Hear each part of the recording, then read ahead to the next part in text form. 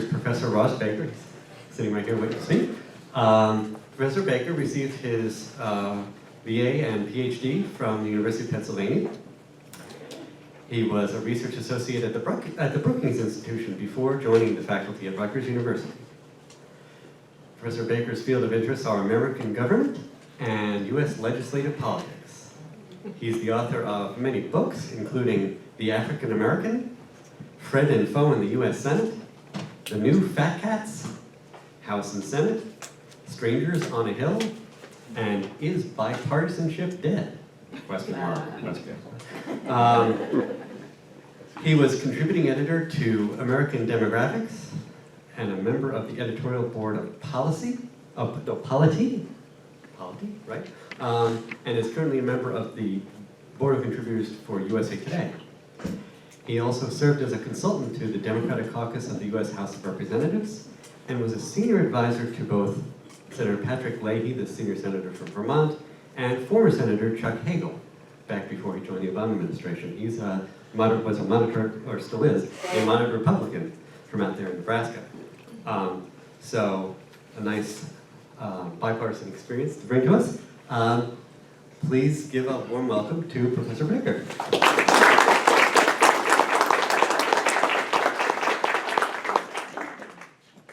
Thank you, Eric, for your invitation, to Patricia for her invitation. What the Founding Fathers left out. That's the subject of what I want to talk to you about today. Now, you would have thought that this group of brilliant men would have thought of everything. But try as you will, search the Constitution from end to end, and you'll find absolutely nothing about political parties. And the question is, were they naive? Did they think that somehow there was going to be a kind of national consensus that was going to develop, that would carry through the ages? And the answer is no.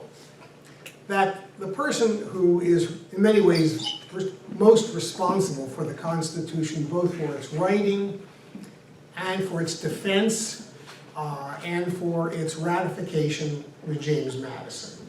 And James Madison was no fool. Moreover, he was probably the best amateur psychologist of any major American figure then and now. And in Federalist Paper number 10, he wrote that the latent causes of faction are sown in the nature of man. He was a student of human nature, and human nature is kind of an archaic term for psychology. And he knew that people were going to divide themselves up and take positions that were going to be in opposition to others. But somehow he thought that the great breadth of the country and the variety of interests and so on, somehow things would work out. It was a little bit naive. But there was a point at which parties began to emerge. The problem is that scholars can't agree on when that was and under what circumstances. There are several schools of thought. One has to do with the fact that we had gained our independence from the British with the help of the French. 1789 was the French Revolution, and very quickly France and Britain went to war. And Americans were presented with the dilemma, who do we support? The people we are most alike, that is the British, are the ones who helped us gain independence, the French. And Americans formed into very, very contentious, mutually hostile camps as to whether or not we support the British or the French in the Napoleonic Wars. That's one theory. There's another theory that has to do with the compactness of the elite at the time. That we're talking about a country of 3 million people, but a political class which was composed of perhaps several dozen people. So that personalities became very important. That people actually knew who James Madison was, who Alexander Hamilton was. And as a consequence, they could sort of allow themselves to be pulled into the orbit of these very, very persuasive men by their personalities. But my own view of it is, I think, somewhat simpler. And that is, there was opposition to the adoption of the Constitution. And people opposed it for a variety of reasons. One of which was interesting, and that is it contained no Bill of Rights.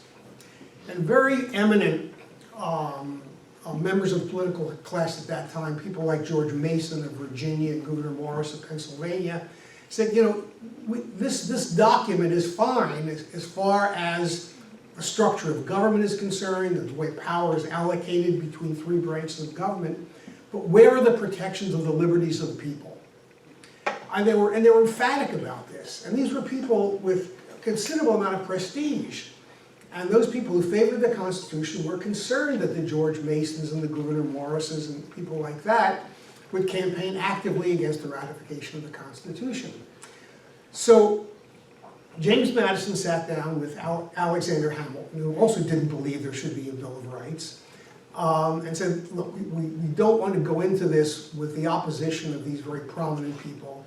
Let's give them a Bill of Rights. Here was the deal, that they would support ratification, but that the first act of the new Congress created by the Constitution would enact 10 amendments to the Constitution and send them out to the states for ratification. So they wrote the Constitution, and by the way, the Constitutional Convention that met in Philadelphia probably would not have happened without George Washington, who we don't regard as a particularly strong intellectual influence on the Constitution. He was basically an army guy, universally revered, but not a particularly deep thinker, except if you're interested in sort of manures and fertilizers, which he spent a lot of time studying. But they needed him there in Philadelphia, Madison and Hamilton, they needed him there for legitimacy. Everybody recognized George Washington as a unifying figure. And they had to persuade him to come up from Mount Vernon, where he was happily brewing beer and raising cattle and so on, to come to Philadelphia into what was obviously going to be a very heated situation. They pleaded with him, and he said, I've been in the saddle for 20 years, since the French and Indian War. Leave me alone. And they said, look, we can't do this without you. And Washington, being the kind of person that he was, acceded to their demands and came. But there were clearly two factions. Those people who wanted the Constitution, who called themselves the Federalists, and those people who opposed it, called themselves, not surprisingly, the Anti-Federalists. And in order to ratify the Constitution, the state legislatures or conventions in the states needed to ratify individually. And the Constitution would not go into effect until the 9th state ratified. And it wasn't just any 9. If Rhode Island ratified, but not Virginia, that wouldn't have worked. If Delaware had ratified, but not Pennsylvania, that wouldn't have worked. And it turned out there were 2 states that were problematic in the ratification process, one of which was New York. Now, who were the Federalists and Anti-Federalists in terms of where they came from, what their backgrounds were, what their interests were, and so on? The Federalists were city people. They were, for the most part, educated, some university educated, literate, and these were people who had connection to international commerce. They were cosmopolitans. They were people who were invested in shipping. They were people who would frequently get books sent in from London or Paris. These were people who were connected to the world. The Anti-Federalists were the backcountry people. They didn't call it flyover country in those days, but basically this was flyover country. And And it's interesting because this has set a pattern for American politics, that there is one party which is, the party which embraces sort of intellectual ideas, which is connected to the world in terms of commerce and in terms of intellectual contact and so on, and another party which is kind of the country party, a kind of city party, country party, and that's something that expresses itself periodically in American politics in very strong and sometimes very antagonistic ways. But a good example of it was the problem of getting New York to ratify. And the anti-federalists said, well, where are we going to have our ratification meeting, our convention? The Federalists want to have it in New York. And if the Federalists have the convention in New York to ratify, they're bound to ratify the Constitution. We don't want it there. Why don't we have it in Poughkeepsie? So that's where they had the convention. And this threw Hamilton and Madison and their colleague John Jay into turmoil, because they were afraid that all of these country people are going to come in and vote against ratifying the Constitution. So they decided to sit down, the three of them, and write some editorials, which collectively were known as the Federalist Papers. And basically, these were arguments for ratifying the Constitution. And New York was key, because if New York didn't ratify, then you would have the United States basically starting at the Piscataquis River between New Hampshire and the territory of Maine, and ending at the border with Florida with this big gap in between. So New York had to ratify, and the Federalist Papers really were strictly for the purpose of getting New York, this convention in Poughkeepsie, to ratify the Constitution. But this city-country dichotomy persisted. Ultimately, it was the city people who won. There was one player here who I haven't mentioned, Thomas Jefferson. Where was he? He was the United States ambassador to France. And he was not a player. He wrote the Declaration of Independence, in a sense our founding document, and then he just disappeared. He was in France observing the French Revolution. He was a big fan of revolutions. He said that the soil of liberty must be watered from time to time with the blood of tyrants. A revolutionary once in a while is a good thing, and he was enjoying the French Revolution until it got to the bad stage. Ultimately, Jefferson was to come back. Had he been in America at the time that the ratification debate was going on, he probably would have been an anti-federalist, because he was a country guy. He saw the farmers as absolutely the most blessed people in America, and saw them, interestingly enough, as the repository for what he called civic virtue. That they were just going to be better citizens than city people. Nonetheless, when Jefferson came back, he accepted the Constitution. He wasn't around to contest it.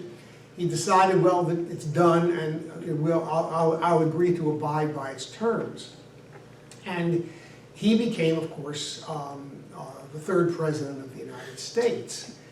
And it's interesting to note that the first two presidents of the United States, George Washington and John Adams, were of the Federalist faction. So in a sense, Jefferson's election in 1800 was the victory for the anti-federalists. And in fact, it was really basically, the election of 1800 was the death knell of the Federalist Party. Because they had, I suppose in sports terms, a very small bench. That there were not that many people of stature among the Federalists. And Jefferson was a powerful personality, and was able to attract people. He was witty, and he wrote well, and he spoke well. And apparently a guy who was charming company. And he basically decided that there needed to be a party that was going to carry the country forward and abandon the Federalist positions led by Alexander Hamilton. And Hamilton was a city guy. And he believed that the future of the United States was going to be as a major industrial power. So he and Jefferson were in totally different positions and so on. It was in George Washington's cabinet that Thomas Jefferson and his old neighbor James Madison from Virginia sat down and said, we've got to do something to restrict Hamilton's influence on George Washington. And basically what they did was they took a trip together, they went up the Hudson River, and the pretext was that there was an infestation of an invasive pest called the Hessian fly, which was infecting the fruit crop in New York. And they said, well, let's go up and investigate it. In the course of this trip, called the Botanical Expedition, they said, we need to form a political movement that's going to oppose Alexander Hamilton. Very personal. And what came out of that was something that came to be called the Democratic Republican Party. And when Thomas Jefferson was nominated by the Democratic Republican Party for the presidency in 1800, and was victorious, although the election was very close and ended up in the House of Representatives. And actually, Jefferson tied with Aaron Burr in the Electoral College. And here was Alexander Hamilton who faced this dilemma. He said, do I oppose my political enemy, Thomas Jefferson, and urge my followers to vote for Burr, who I hate personally, and of course Burr ultimately shot Hamilton. And Hamilton, it wasn't magnanimous. It was something that was a very interesting calculation that Hamilton made to urge his supporters in the Electoral College to throw their votes to Thomas Jefferson. And Jefferson, when he made his inaugural address after winning finally, made the statement that we are all Democrats, we are all Republicans. And many people have interpreted that as somehow Jefferson kind of creating the American political party system. But what he was saying was that there are those of us who believe in democracy and those of us who believe that the United States should be a republic. Madison was very much someone who believed in republics. He hated democracies. But Jefferson was a persuasive enough person to bring Madison in and try to heal the breach between people who believe in a republic and basically restricting the direct influence of people on government, and those who really did want the people to participate directly. But what Jefferson did was he created a political dynasty that from the election of 1800 until the election of 1828, all of our first presidents were members of Jefferson's Democratic Republican Party. And they all shared the same characteristics, which was that, except for Washington, they were all university educated and came from either Virginia or Massachusetts. So it was basically a government that was dominated by people with intellectual firepower who were also from the East Coast. Yet by the end of the 1820s, America changed. States like Ohio were now in the Union. Maine had become a state, had been detached from Massachusetts. Kentucky was a state. So it was no longer just a collection of 13 states hugging the Atlantic Ocean. There was now an interior. And it's interesting because the two states that provided all the presidents, Virginia and Massachusetts, were interesting because the only two Massachusetts presidents both had the surname Adams. So you can see how narrow the political elite was in the United States. And the Democratic Republican Party of Thomas Jefferson had an interesting way of choosing its party nominees for president. And this is an example of the elitism of the time, and that is that the deciding, the group that made the decision of who the party was going to nominate for president was composed only of members of Congress, of the party. And so they would meet in the Capitol in Washington and say, okay, Jefferson's had his 2 terms, let's nominate James Madison. All right, Madison has had his 2 terms, let's nominate James Monroe. James Monroe has had his 2 terms, let's nominate John Quincy Adams. They're all sitting around the fireplace in the statuary hall of the House of Representatives in Washington. The people were not involved at all. No involvement by the voters themselves. It's not surprising then that there was, out in the countryside, out in what was called the Western Territories at that time, a feeling that the country was being dominated by an Eastern elite. So the time was right for the first party crasher, the first person who took a look at this Democratic-Republican Party and said, this is an ossified party. It's a party that chooses its leadership from a very narrow stratum of society. And the person who made this determination was like no other person who had won the presidency of the United States. Andrew Jackson of Tennessee, one of the new states, actually had been born in North Carolina. So, in a sense, he was born in a coastal state, but moved to Tennessee and got his reputation as a soldier. The country was, I think, kind of unprepared for him in a way. And I think perhaps that's why President Trump, on a visit to Nashville on March 15, 2017, took a side trip to the Hermitage, which was Andrew Jackson's home, and why a portrait of Andrew Jackson hangs in the Oval Office. Americans understood that Jackson would be the engine of great change, and he inspired both hope and fear. He was the first president from beyond the Appalachian Mountains, and he brought to the presidency a frontier spirit that many Easterners found coarse and menacing. A Massachusetts congressman named Samuel Allen was incensed by Jackson's election, and he thundered that there is more effrontery in putting forward a man of his bad character, a man covered with crimes, than was ever attempted before an intelligent people. Pretty strong words, and even worse. I mean, of course, the clergy were also very upset about this man because he used profanity very widely. And a Washington clergyman lamented on the day of Jackson's inauguration that when Christ drew near to the Capitol, he wept over it. But at the same time, a Kentucky journalist covering the Jackson inauguration said it was a proud day for the people. President Jackson is their own president. Jackson's election marked the end of the generation of the Founding Fathers. All were men of cultivation and learning. Jackson was a different breed of cat.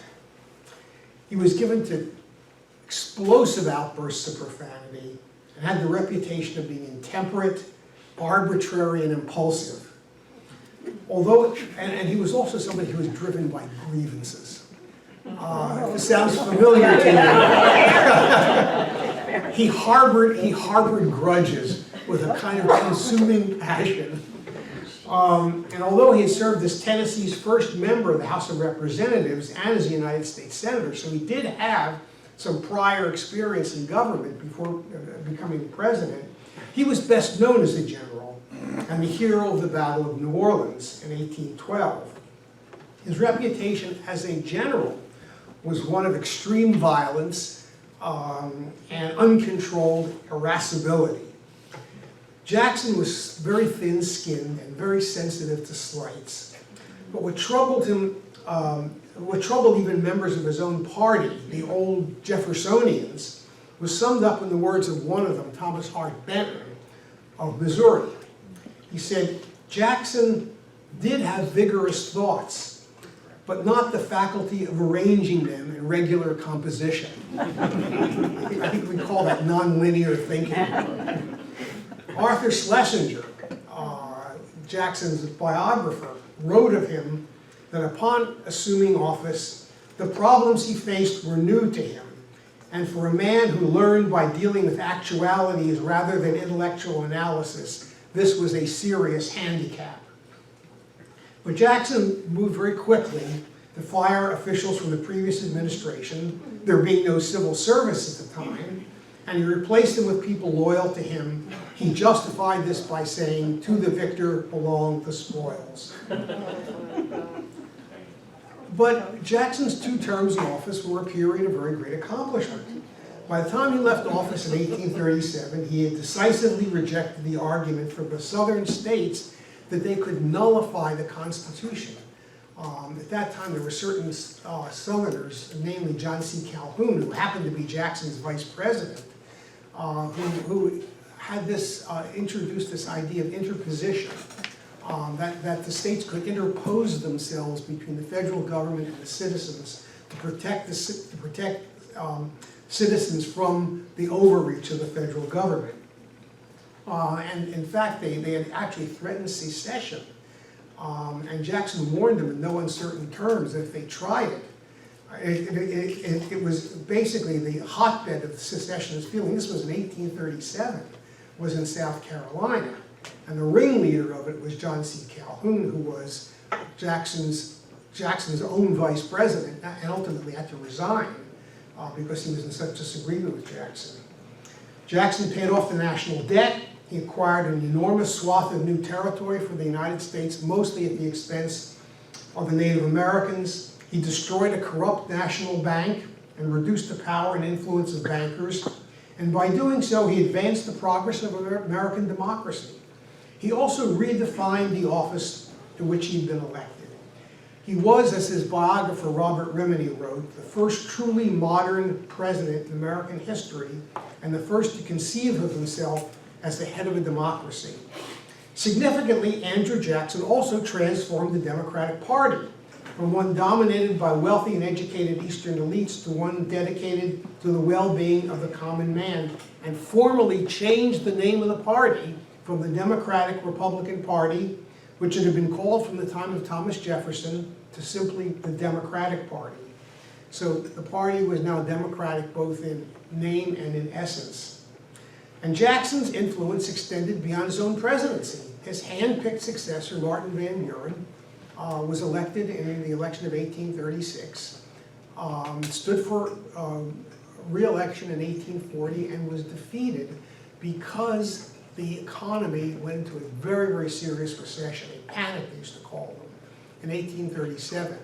And presidents who are in office at a time of great economic turmoil tend to have problems getting reelected.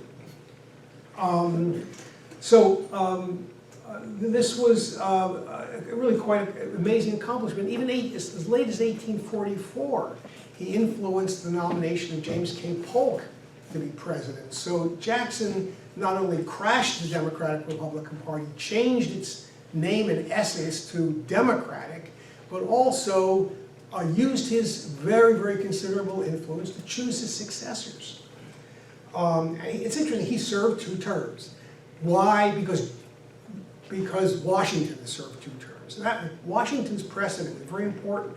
In 1940, when Franklin Roosevelt decided to run for a 3rd term, Wendell Willkie, the man who ran against him, used a slogan which was, "Washington didn't, Lincoln couldn't, and Roosevelt shouldn't seek a 3rd term." So, and then now, of course, the 22nd Amendment has precluded more than 2 terms. We hope. Well, the next great party crasher was Abraham Lincoln, who really didn't crash the Republican Party because there really wasn't that much to crash. The Republican Party was a very young party. It dated only to 1854, and it was founded largely to oppose the expansion of slavery, not slavery per se. It was not an abolitionist party. There were abolitionist parties, but the Republican Party, as originally conceived, was not. It simply wanted to restrict the number of new states from allowing slavery in their constitutions. But he created a party whose influence extended even to over a much broader area of American history than even the Democratic and Republican Party. Consider this. Lincoln was elected in 1860 and again in 1864. And between 1864 and 1932, there were only two Democratic presidents. Grover Cleveland in 1884, and again in 1892. He lost re-election, but ran again in 1892. And Woodrow Wilson for 2 terms in 1912 and 1916. So there were 2 Democratic presidents during this period and 9 Republican presidents. So it was a period of, you can see how these were periods in which a political party, once successful, managed to extend its franchise for a considerable number of decades. Lincoln didn't so much crash the party as he shaped it in its infancy. He guided it through its stormy adolescence during the Civil War and left it with the legacy of his martyrdom. The Civil War was so deeply imprinted on the Republican Party that of the Republican presidents elected from 1868 with Ulysses S. Grant to the turn of the 20th century, the election of 1900 with William McKinley, all Republican presidents had served as officers in the Union Army. The idea that somehow that the influence of the Civil War extended into the 20th century politically is really quite remarkable. But as time went on, Lincoln became less of an influence and more of a kind of sacred relic, sort of like a religious relic that's kind of taken out and venerated and then put back in a glass case. They would mention Lincoln all the time, but they were about Lincoln, but they weren't of Lincoln. And Lincoln's DNA was just not discernible in the Republican Party 20 years after his death. But the Republicans knew of not only of his value as a symbol, but also the value of the Civil War as a warning to people not to vote Democratic. And the Republicans adopted an incredibly fiery and inflammatory kind of rhetoric that actually earned the name waving the bloody shirt. Waving the bloody shirt was sort of reminding voters of the Civil War, reminding them that the authors of the secession, the Confederacy, were all Democrats, before you consider marking your ballot with it next to the name of a Democrat, just remember that.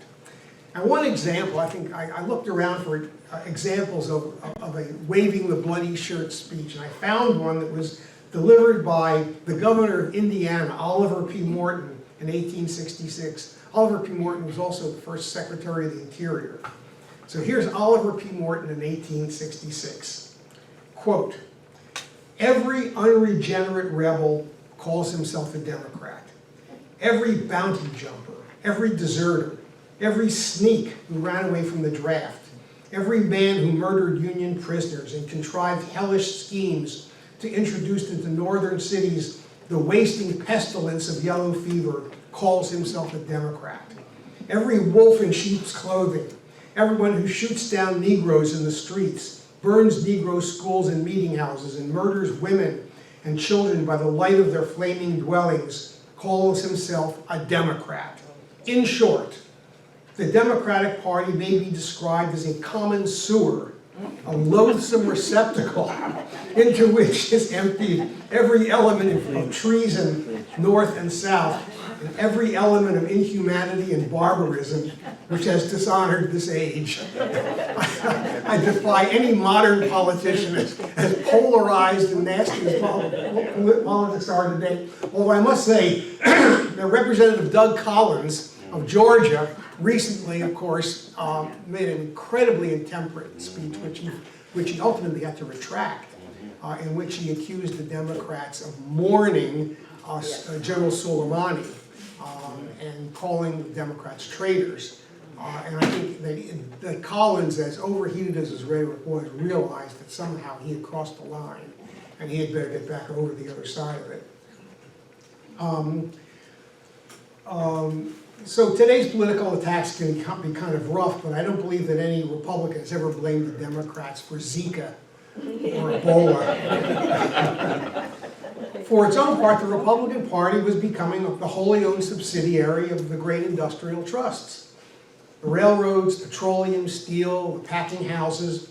Within the Democratic Party, the influence of the large corporations and political clout that they wielded created the conditions for the rise of the next great party crasher, who never won the presidency, but had a lasting influence on the Democratic Party, and that was William Jennings Bryan.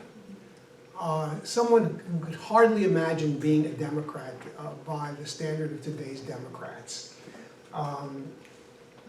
Bryan seized control of a Democratic Party that had become ossified. It was a political man cave inhabited by disgruntled Southerners, financial interests, convinced that no paper currency should circulate unless its equivalent in gold was in the vaults of the federal government, and some corrupt big city machines such as New York's Tammany Hall.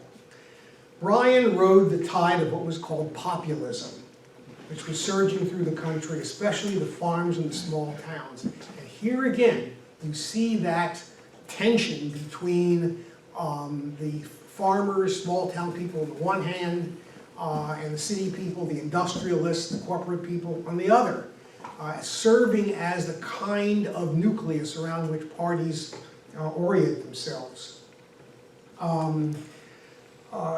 So he rode the tide of populism that was surging through the country, especially in the farms and small towns that suffered from the tyranny of the railroads and the restrictive currency policies of the Republicans. Bryan had one great speech that he delivered at the Democratic Convention in Chicago. He won him the nomination. It was called the Cross of Gold speech, and it attacked the Democrats who had embraced the restrictive monetary policies represented by the gold standard. You think about what were the issues in the late 19th century. Basically, it was monetary policy and tariffs. Monetary policy really turns out to be a social policy. You know, how much money is in circulation? You know, how easy is credit? Can the least credit-worthy get credit? Can they get mortgages? Can they take out loans and so on? Those were the people who embraced the so-called silver standard. That is, the currency should be based on silver, which is more plentiful than gold. So there could be more of it in circulation. The gold standard people said there should be no paper money issued except if there is $1 gold on deposit in the treasury. And this was a huge battle. It was the campaigns of 1896, 1900 were waged on monetary policy, and the other thing was tariffs, which of course we've come to see again as a major instrument of policy under President Trump.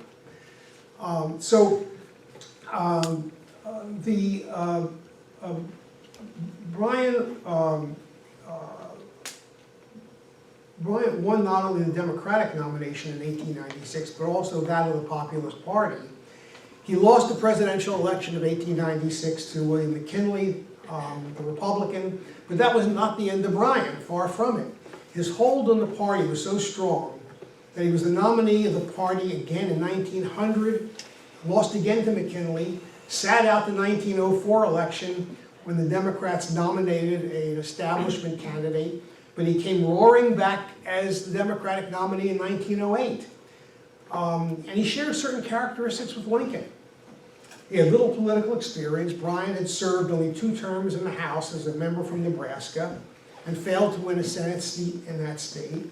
Lincoln, the previous party crasher, had served only one term in the House. And you can probably figure out where this is going, and that is, in this regard, they did resemble President Trump in their modest political experience before coming to office. And if you're looking for the origins of Kellyanne Conway's use of the term alternate facts, consider William Jennings Bryan, who said the following: "The opposite of a correct statement is a false statement. but the opposite of a profound truth may be another profound truth. Figure that one out. Democratic voters saw in Bryan something that was missing in more conventional candidates. He broke the old molds. He was a conservative on social issues. He wanted a national ban on the manufacture and sale of alcoholic beverages, and he was an evangelical Christian. But he was a progressive on economic issues. He argued for an 8-hour day. He argued for lowering tariffs so that consumers could buy cheaper imports. He advocated the establishment of a Department of Labor to look after the interests of factory workers. He opposed seizing territories from Spain as the spoils of war in 1898, said imperialism abroad would lead to despotism at home. He favored stripping the state legislators of the power to choose U.S. senators and wanted to end the restrictive monetary policies of his party that favored creditors over debtors. In one of the odd twists of history, these policies came to be embraced not by his own party, but by the successor to the man who defeated him in the election of 1900, and that was Teddy Roosevelt, whose family had sent him out west to toughen him up, and was an early example of tough love, and it brought remarkable results. Teddy Roosevelt became an accomplished horseman, an enthusiastic hunter, an avid outdoorsman, and he could rope cattle with the skill of a ranch hand. And when McKinley was shot by an assassin in 1901, Roosevelt, as his vice president, became president. And on the day that McKinley died, Mark Hanna, the leader of the conservatives and the Republican Party, was heard to exclaim, "Now that damn cowboy is president." And Teddy Roosevelt had it in him to be a party crasher. In his 7 years in office, Teddy Roosevelt curbed the monopolistic practices of the American railroads, destroyed the beef trust with its conspiracies and restraint of trade in the meatpacking industry, mediated the Russo-Japanese War and received the Nobel Prize, signed the Pure Food and Drug Act, created new national parks and gave priority to the conservation of land and water, built the Panama Canal and rebuilt the United States Navy. But his influence over the Republican Party was limited because of a decision that even today historians find inexplicable. On the day in 1908, when he was elected in his own right after serving out most of McKinley's term, he announced he would not seek another 4 years in the White House, immediately making himself a lame duck president. It was, for a man who was so politically astute, it was a really quite remarkably obtuse decision that he made. So on March 2nd, 1909, he turned the keys of the White House over to his Republican successor, William Howard Taft. And Teddy Roosevelt had once referred to President McKinley as having no more backbone than a chocolate eclair. That would also apply to Roosevelt's successor, William Howard Taft, who put the brakes on all of Roosevelt's progressive reforms and left the Republican progressives stranded. It took a Democrat in the 1912 election to revive the surge of progressivism, and Wilson won only because the Republican Party was split. That Roosevelt was so appalled by what his successor, William Howard Taft, was doing, that he decided he had to run against him. For example, you know, if it were possible, let's say President Trump were defeated and Mike Pence became president and suddenly became a liberal overnight, and Trump decided, oh my God, this is terrible, I'm going to run against him in 2024. It would have been that kind of situation. So Wilson won because the Republican Party was divided. The 1920s was a stultifying decade in American politics. The period, I think, was exemplified in the words of President Calvin Coolidge, who advised, if you don't say anything, you will never be called upon to defend it. In such periods of quiescence in the past, it set the stage for the rise of another party crasher, and a spectacularly successful one. He was first elected in 1932 and chosen for his fourth term in 1944. Had he served out his fourth term, Franklin Roosevelt would have spent 16 years as president. Meeting Franklin Roosevelt shortly after his inauguration in 1933, Justice Oliver Wendell Holmes pronounced him to be, quote, a second-class intellect but a first-class temperament. Roosevelt remade the Democratic Party, by cobbling together parts of the electorate that had always been Democratic, such as Southern whites and industrial workers and Catholics. And he combined them with voters who had never been Democrats, Northern blacks, farmers, Jews, well-educated people. And his coalition that formed around him and supported him through his four terms was referred to as the New Deal Coalition. FDR was the ultimate party crasher, but he was fiercely resisted at the outset by the old guard that dominated the party in the 1920s, including the 1928 Democratic presidential candidate Alfred E. Smith, who formed an organization called the Liberty League to oppose the New Deal. As for the Republicans, they spent 12 years divided over whether they wanted to remain wedded to isolationism or to embrace the post-World War world, including participation in the UN. So it didn't help the Republicans win the White House in 1944, 1948, since the voters still embraced the party of FDR for the recovery from the Depression and for the victory in World War II. Has there been another successful party crasher since FDR? Well, Nixon might have done it with his silent majority, but Watergate denied him the legacy. Ronald Reagan certainly turned the Republican Party in a more conservative direction, and even today Reagan is revered by Republicans, but his brand of pragmatic conservatism is clearly not popular. Ronald Reagan's 8 years were followed by a much more centrist Republican, George H.W. Bush, who lasted only one term. Bill Clinton did a pretty good job of party crashing by pulling a left-wing party closer to the middle, but he couldn't do what Andrew Jackson had done. Jackson had extended his influence by getting his vice president to succeed him. Clinton failed to do that in 2000 with Al Gore. Bush 43 did little in the way of party building, although he generally enjoyed the support of conservatives. They liked him for his unusual observations, such as his assertion during the time of the Iraq War that, quote, the French have no word for entrepreneur. Yeah. That was the era of Liberty Fries. But Bush's romance with the conservatives ended when he embraced No Child Left Behind, expanded Medicare coverage to include prescription drugs, and embraced the core curriculum. Barack Obama was a good president in many ways, but his long-term influence on the Democratic Party is less clear. That question is going to be answered probably in the 2020 primaries. For example, if Joseph Biden is the nominee, then clearly we can see an influence of Barack Obama beyond the years 2008 to 2009 to 2017. A victory for Biden in the Democratic primaries could be seen as the vindication of Obama's slightly left-of-center policies. But as good a president as Obama was, he was bad for the party. And the reasons for that had mostly to do with his personality. He did not seek and he did not enjoy the company of politicians, especially members of Congress. When I spent my 2012 sabbatical in Washington in the office of Harry Reid, who was then the majority leader of the U.S. Senate. And I asked his press secretary about Obama's relationship to the people on Capitol Hill, particularly the Democrats. And he said Obama had a really difficult relationship with the Hill, and not just Republicans, but Democrats as well. For whatever reason, he didn't like to get his hands dirty in the legislative process.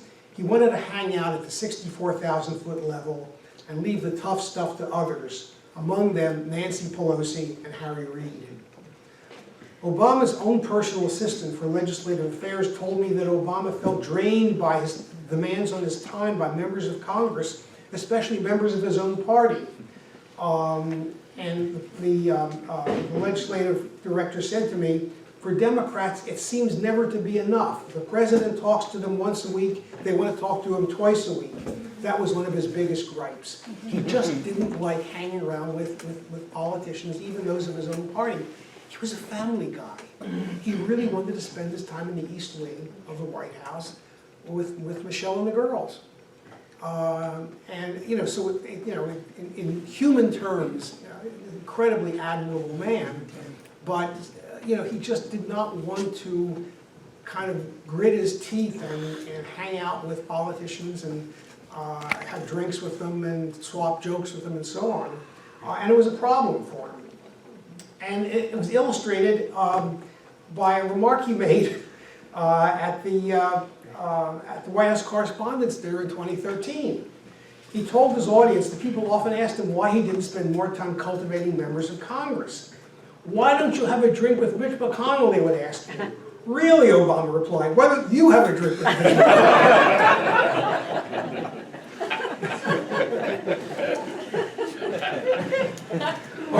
Obama hated campaigning for congressional Democrats. He'd often go to a campaign rally for a Democratic candidate and neglect to mention the candidate's name.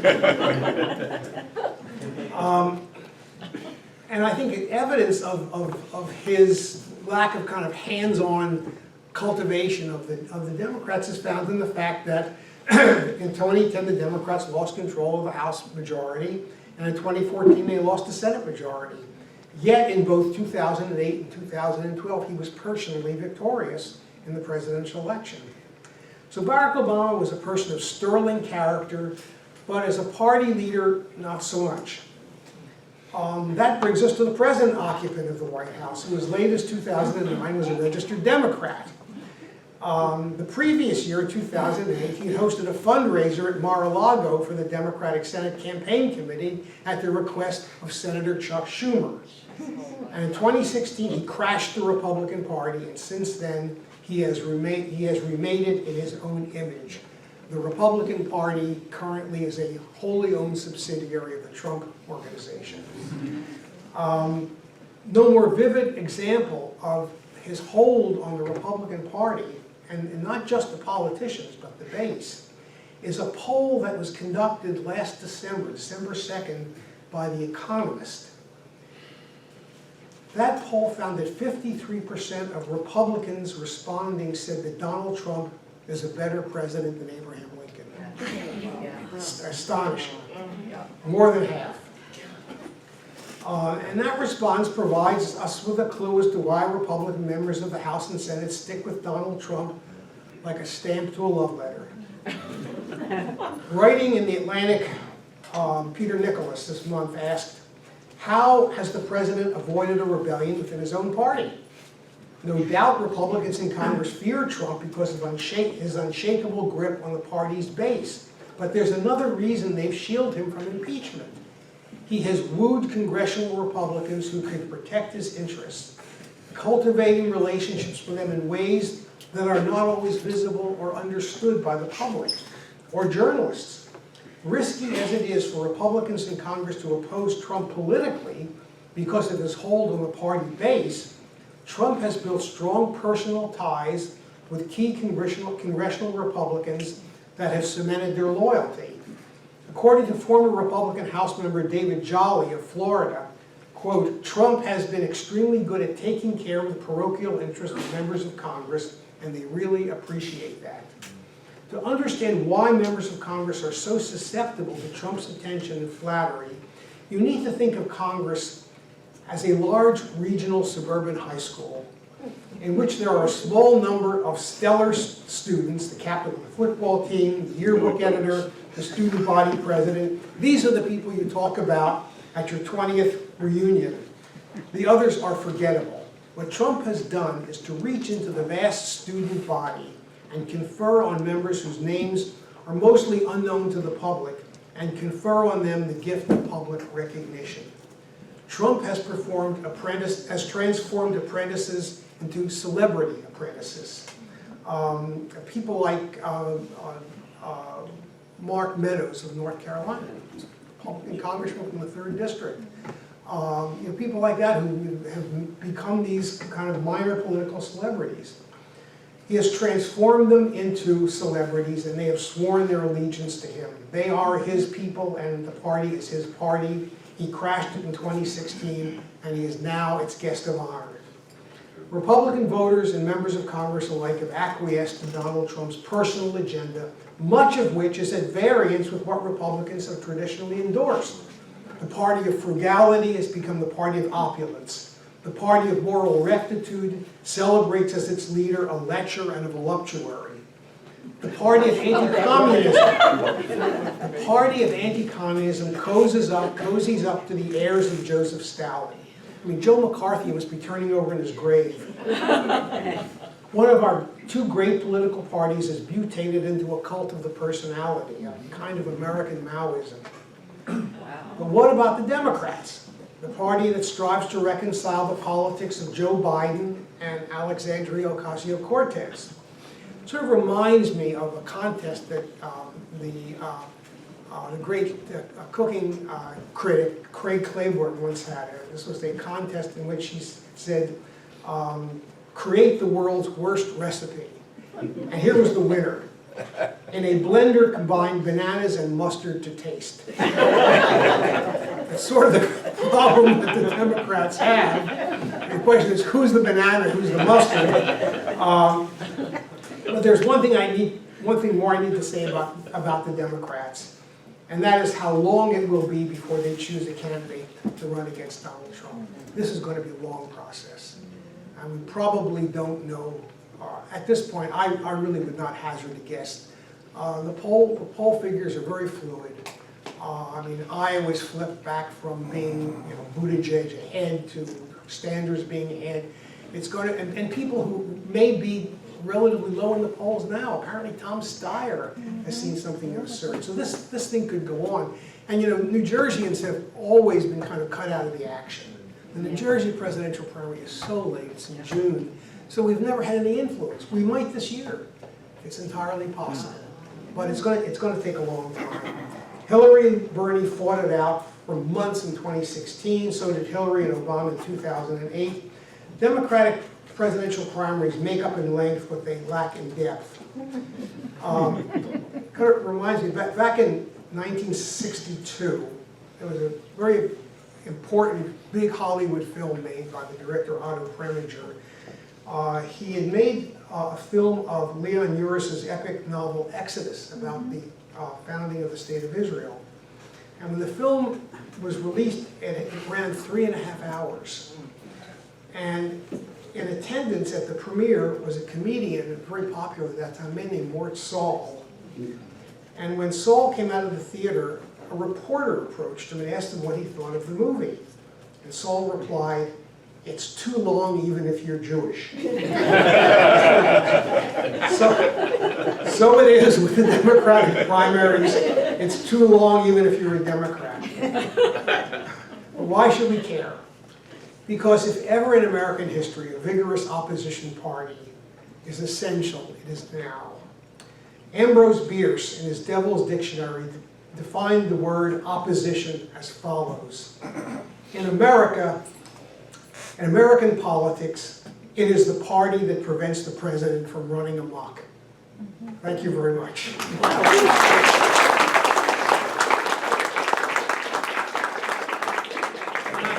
I'll be happy to take the questions. I just need some, all right, so I'm going to take some questions. Thank you very much for the Thank you, speech Eric. part of this, but we're going to have some nice interaction now. Okay, that's great. And I'll go right to the cameraman. Okay, this has nothing to do with your talk. Good. Would you address the Electoral College? What was it intended to do, and is it still relevant? Yeah, it's a absolutely, completely Madisonian idea. He feared the people en masse. He saw them as intemperate, as unpredictable, as violent and irrational and so on. How do we protect the office of the presidency from the mob? The mob was the word he used. And he said, well, we can't have direct election of presidents. That's, the office is too important. It's an august office. We don't want the public messing around with this. Let's erect some barriers. And the barrier they chose was the Electoral College. And the idea behind it was that the Electoral College would be composed of people, independent thinkers, people who would get the results of the popular vote in each state, and make a judgment. You know, the people were wrong. Maybe Pennsylvania shouldn't be voting for Andrew Jackson. Maybe they should be voting for Henry Clay. But it has deteriorated. I don't think, can anybody in this room name a New Jersey elector? I mean, we have 14 electoral votes. I can't name anybody who goes to Trenton on the 12th of March and casts the state's votes for a presidential candidate. They're party hacks. You know, they're people who, you know, hangers on. So, I mean, the original idea that this would be a group of meritorious citizens who could sort out the intention of the public and modify it, and in some instances kind of buffer the presidency from the direct onslaught of public opinion, just doesn't make any sense anymore. The problem is, the only way to get rid of it is by constitutional amendment. And the small states have a vested interest. I mean, you need 3/4 of the states, which is a lot. That's a very, very high bar to meet. And you know, states like Montana and Idaho and Wyoming, you know, have a real stake in the Electoral College. You know, people have been, you know, particularly in close elections, some of these states get attention that they don't ordinarily get. You know, normally, you know, candidates don't go to Maine or go to Idaho. But if the sense is that, you know, 2 or 3 electoral votes may make the difference, they will do that. And it gives them sort of an inflated sense of their own political importance. And I doubt very seriously whether you could prevail upon these smaller states to ratify an amendment to the Constitution and abolish the Electoral College. Good morning. Morning. It was great lecture. What were Hamilton's objections to the Bill of Rights? Interesting. Article 1, Section 9 of the Constitution. It's one of these portions of the Constitution that very rarely gets discussed. It has 3 parts. One, it says that you cannot suspend the writ of habeas corpus except in times of national emergency. The second says that you can't have bills of attainder. That is, you can't have Congress acting as a court and finding people guilty or innocent. And the third is that Congress cannot pass ex post facto laws. That is, you know, having something become a crime, which wasn't a crime at the time that the act was committed. And he said, that's enough, that's all you need. Article 1, Section 9, those 3 things are the only important things. They protect individual rights. You know, Alexander Hamilton, you know, for all the glory that's been heaped on him by Lin-Manuel Miranda, was a royalist, basically. Of all of the eminent founders of the country, was the one who had the biggest problem separating from Great Britain. He really struggled for that. It was really the mother country for him. And so, and he believed that why would you even make a statement forbidding the government to do something if it's given no power to do that thing? He said, in a sense, why would you want to put in something into the Constitution that forbade the federal government to interfere with freedom of speech?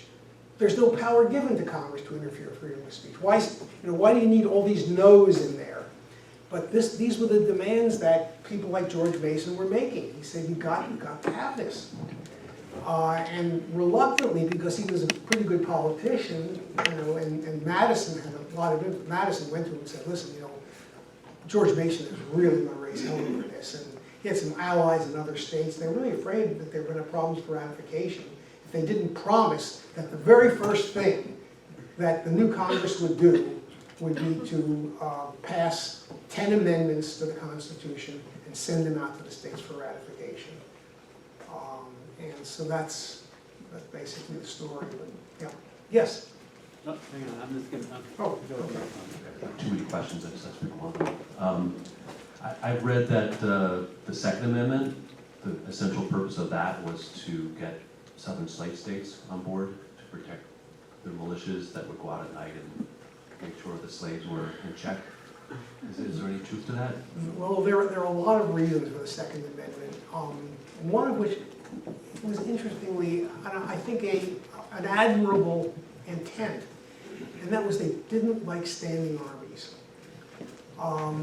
When you mentioned standing armies, they saw the redcoats. And they said, no, the United States was not going to get into any world wars or anything, so it was always a question of kind of domestic protection.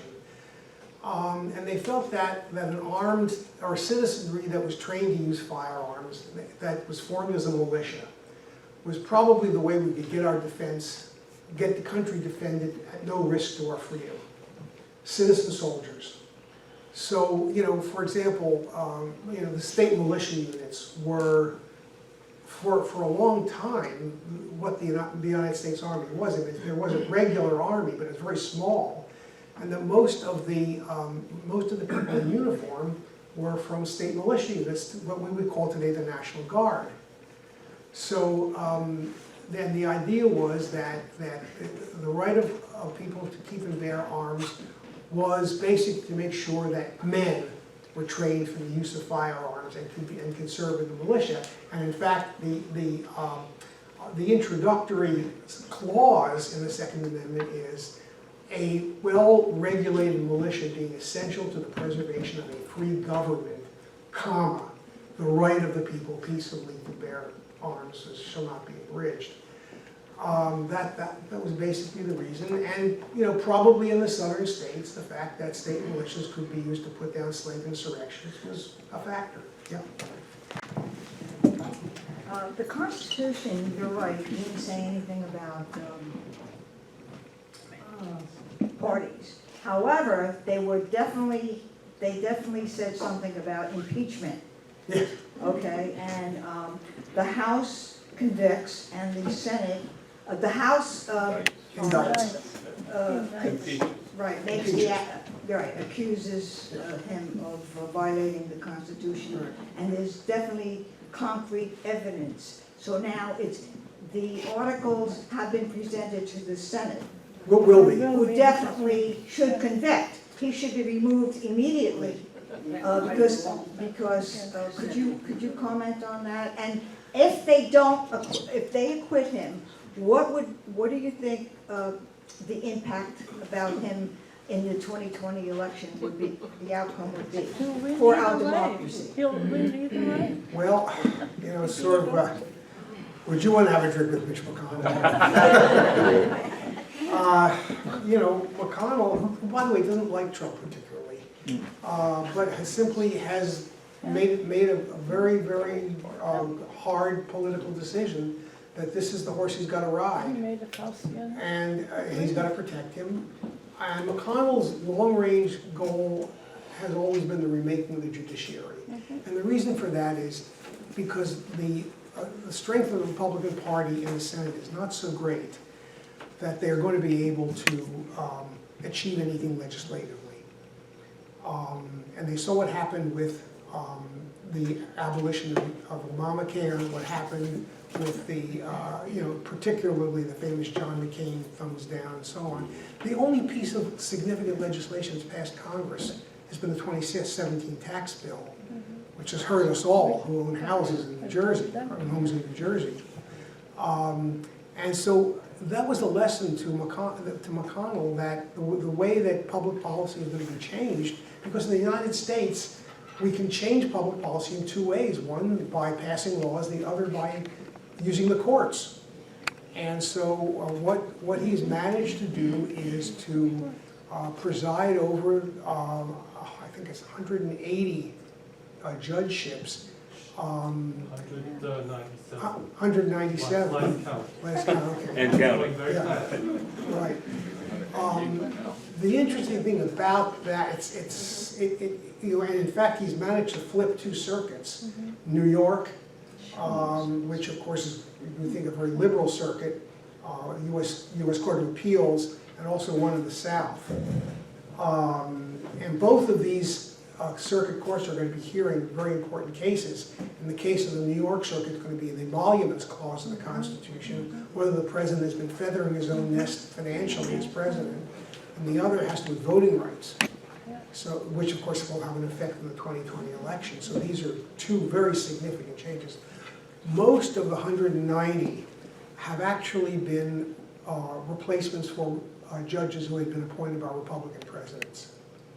These were Reagan and the two Bush appointees. So 1/3 of them are seats that had been held by by judges appointed by Democrats.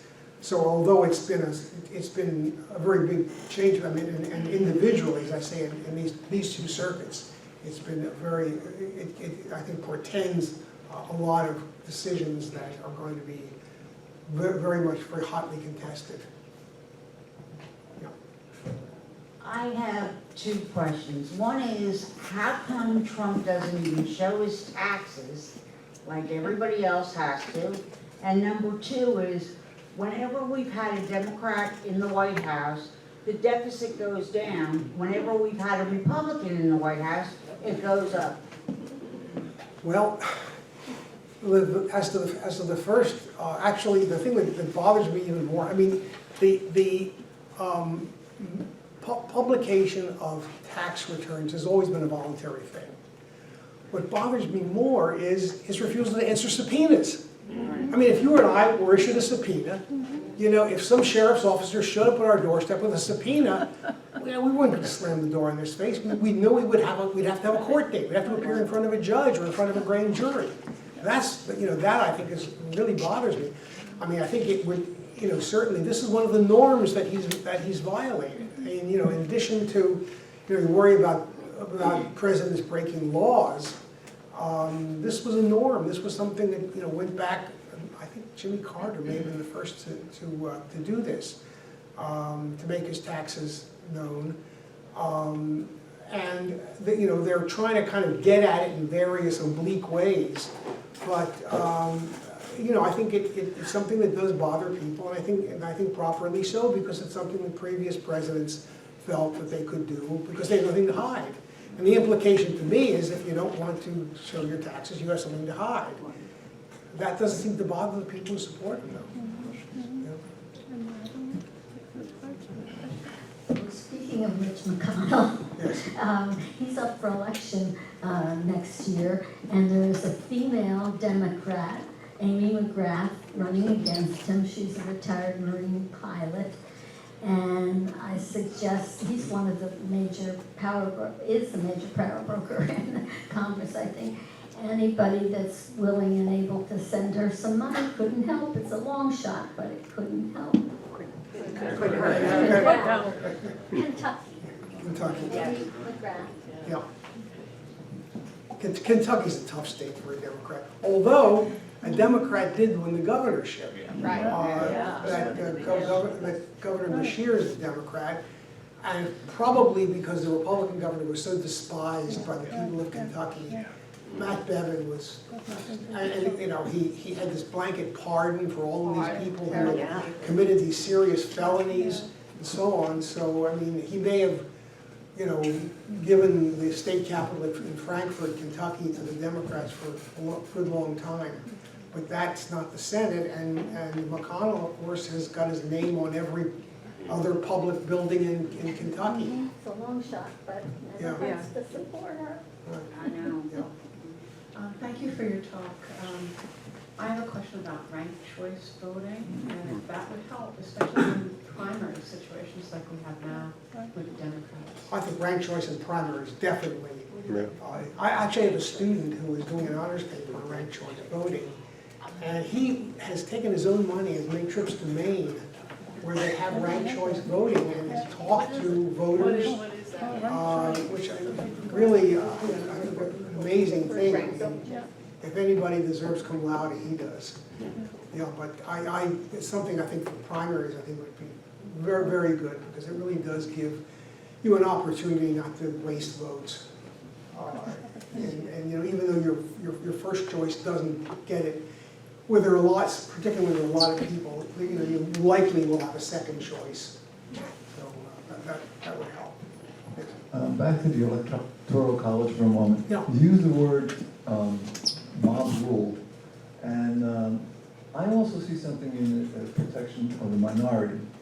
And you may be saying the same thing. The guy in Iowa farmer can be usurped by some two guys from New York who work in McDonald's and protecting the individual. So my question is, from that point of view, protection of minority, has that been discussed? Is that an element of it all? Mob rule doesn't give me that consideration at all. Well, I think they were very much concerned about limiting the influence of the people directly. I'll give you a good example, the United States Senate, which originally in the Constitution, senators were elected by state legislatures. They were not directly elected. They tried to avoid direct election wherever they could.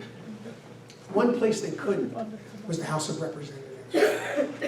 They realized that as much as they were trying to put together all of these obstacles to direct public pressure on government, they had to have one people's house. They had to have one house in which the members were elected directly by the people. Of course, that got them into the whole question of, well, who are the people? Do the people include the people who were enslaved? And the answer, of course, was no. But they nonetheless, the southern states wanted their population, when the census was specified in the Constitution, and so therefore the more people you had, the greater your representation in the House of Representatives. And if all of the slaves were counted in places like Virginia and South Carolina, it would inflate the representation of those states. And that was something that the northern states just simply could not allow to have happen. And so, particularly since, the states were propagating slavery, they were importing slaves, and they could do so until 1808. And so the compromise they agreed on was that each slave would count for 3/5 of a citizen, which would give them, which in a sense, and the Southerners argued that property deserves representation, and the slaves are our property. And this could have been a deal breaker.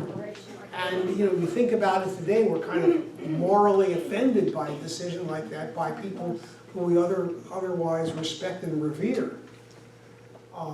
But there were any number of points in which that Constitutional Convention could have broken down, and that was one of them. And the other was over the Senate, because there was a very, very strong body of opinion that said that representation for each state should be determined by the population of the state, which would have been, of course, the domination by New York, Pennsylvania, and Virginia. And the smaller states really thought this was, they wanted somehow to have equal representation in one of the bodies.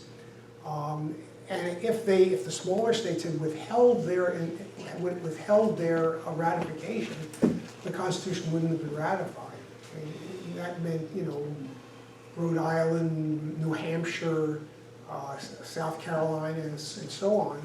So they said, okay, let's give each state equal representation in the United States Senate, which of course is what it means. Of course, is that the political influence of a citizen of Wyoming is vastly greater. That one Wyoming vote for a United States senator has much greater weight than the one vote of a Californian for a senator.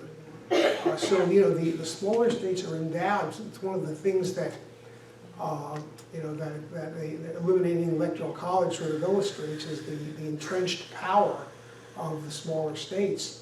A good friend and colleague of mine at Vanderbilt, Bruce Oppenheimer, and his colleague Francis Lee wrote a book called Sizing Up the Senate, in which they made a very compelling case that small state senators or small population state senators and senators from large population states act differently in the Senate. That the small states are mostly interested in what they call distributive policies, that is, government spending in their states. The government, locating Air Force bases or nuclear reactors or dams or whatever, that's what they're after. Because the populations are small, And they really want to kind of boost their economic firepower. Whereas senators from larger states, more populous states, tend to act differently or tend to embrace different kinds of issues. For example, in foreign policy, most of the people, and you know, you have a choice, most senators have a choice what committee they want to be on, because each senator serves on 3 major committees. And you kind of look at where senators serve, what states the senators represent, and what committees they serve on. When I was with Chuck Hagel, Republican from Nebraska, he was really personally interested in foreign policy. He was a real foreign policy enthusiast, cared about American diplomacy, cared about the United Nations, and so on. So that's a committee he wanted to serve on and did serve on. But there were 2 other committees, he had 2 other choices. And he said, well, I represent Nebraska, I've got to be on agriculture. So we got on agriculture, and then the 3rd committee was banking. And I said, hey, what's that about? And he said, it's called Mutual of Omaha. Sometimes the explanations are very simple, yeah. Yeah. In fact, Richard Blumenthal from Connecticut is on banking, and the reason why he's on banking is if you drive through Hartford, there's Aetna, and, you know, Mutual Hartford, and all of these other insurance companies, yeah, absolutely. Yes. I saw a statistic that I still can't believe. In the 2016 election, the United States has 3,000 counties. 2,500 of them voted for Trump, and 500 voted for Hillary Clinton.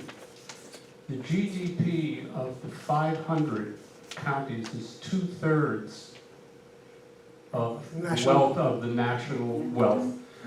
It's staggering how the deck is stacked against the populous, important states, dovetailing with what It's a hard argument for populists to make, though. That's what they think. Yeah. You mentioned 2 states at the ratification. One was New York, and which was the other one? Virginia.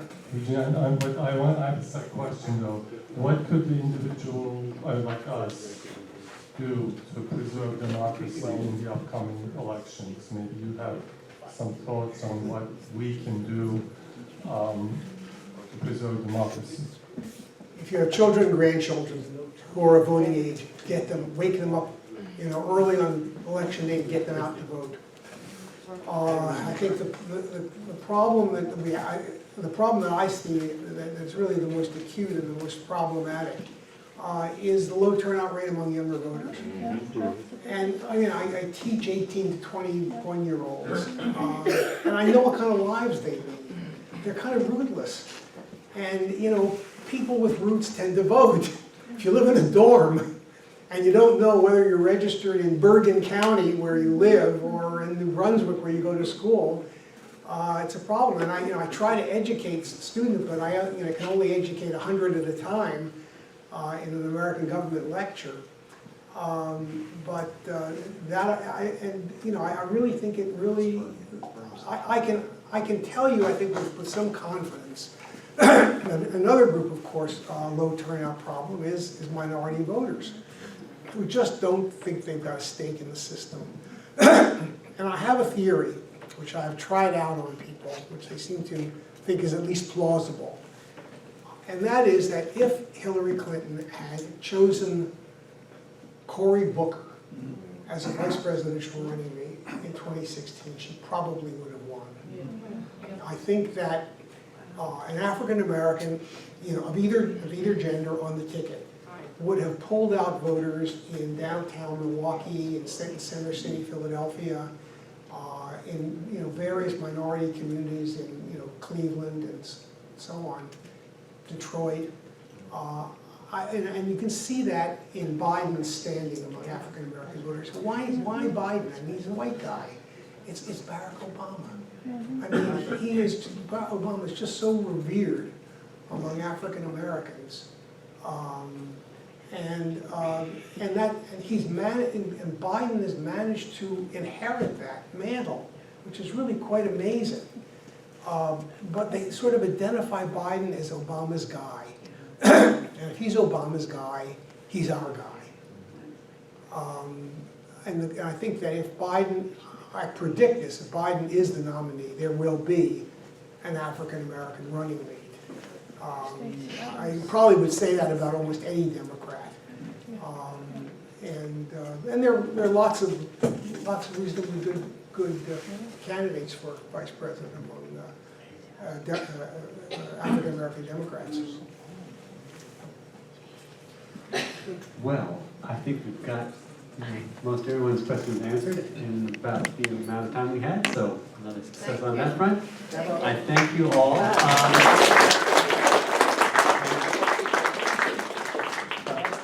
If anyone wants to come,